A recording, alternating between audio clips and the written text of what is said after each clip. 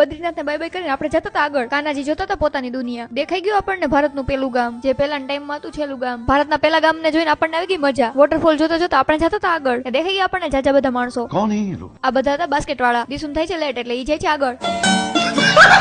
આવા કામ પહાડી લોકો જ કરી શકે. કાનાજીને લઈને આપણે પહોંચી ગયા માણા ગામે. નામ તો સુનાઈ હોગા. દેખાઈ ગઈ માણા ગામની નદી. અહીંના માણસો બનાવતા હતા સ્વેટર. ફ્લેગ જોઈને મજા આવી ગઈ. પહાડ ઉપર કઈક લખેલું હતું એટલે આપણે કરતા હતા રિસર્ચ. પણ શું લખેલું હતું કે સમજણું નહીં એટલે આપણે જતા હતા આગળ. ત્યાં બેન ભાંગતા હતા પથ્થર. ત્યાં દેખાઈ ગયું કોબીચ. જેનું ઘર હતું એનું હતું કોબીચનું ગાર્ડન. એટલે આપણું દિલ ગાર્ડન નો થયું. મસ્ત જોક મારા. કોબીચનું રિસર્ચ બતાવીને આપણે પહોંચી ગયા ગણેશ ગુફાએ. તો આ ઈ જ ગુફા હતી જ્યાં ગણપતિ બાપાએ મહાભારત લખી હતી. જે જેવાલા કરીને આપણે જતા હતા આગળ. પણ આ બધાની બેટરી થઈ ગઈ લો. मैं तो थक गई भाई साहब. ગણપતિ બાપાનો સ્નેપ લેતા કેમ ભૂલાય. બધા આપણને મૂકીને જતા હતા આગળ. ત્યાં આવી ગયો વરસાદ. વરસાદને જોઈને નાઈ કરવાની ઈચ્છા થઈ ગઈ. પણ લાગતી હતી ઠંડી એટલે ઈચ્છા મરી ગઈ. વન્સ મોર મમ્મી થાકી ગઈ. વરસાદને જોઈને આપણને આવી ગઈ મજા. તે દેખી ગયું આપણને પહાડનું બાવ. એને બાય બાય કરીને આપણે જતા હતા આગળ. આ મસ્તીના વ્યૂ જોઈને મજા આવી ગઈ. વધારે ખુશ છું. રસ્તા મળી ગયા બીજા સ્ટેટના માણસો. એમને હાય હેલો કરીને આપણે જતા હતા પહાડ ઉપર. મળીએ નેક્સ્ટ વ્લોગમાં. ત્યાં સુધી તમે ફોલો કરતા આવો.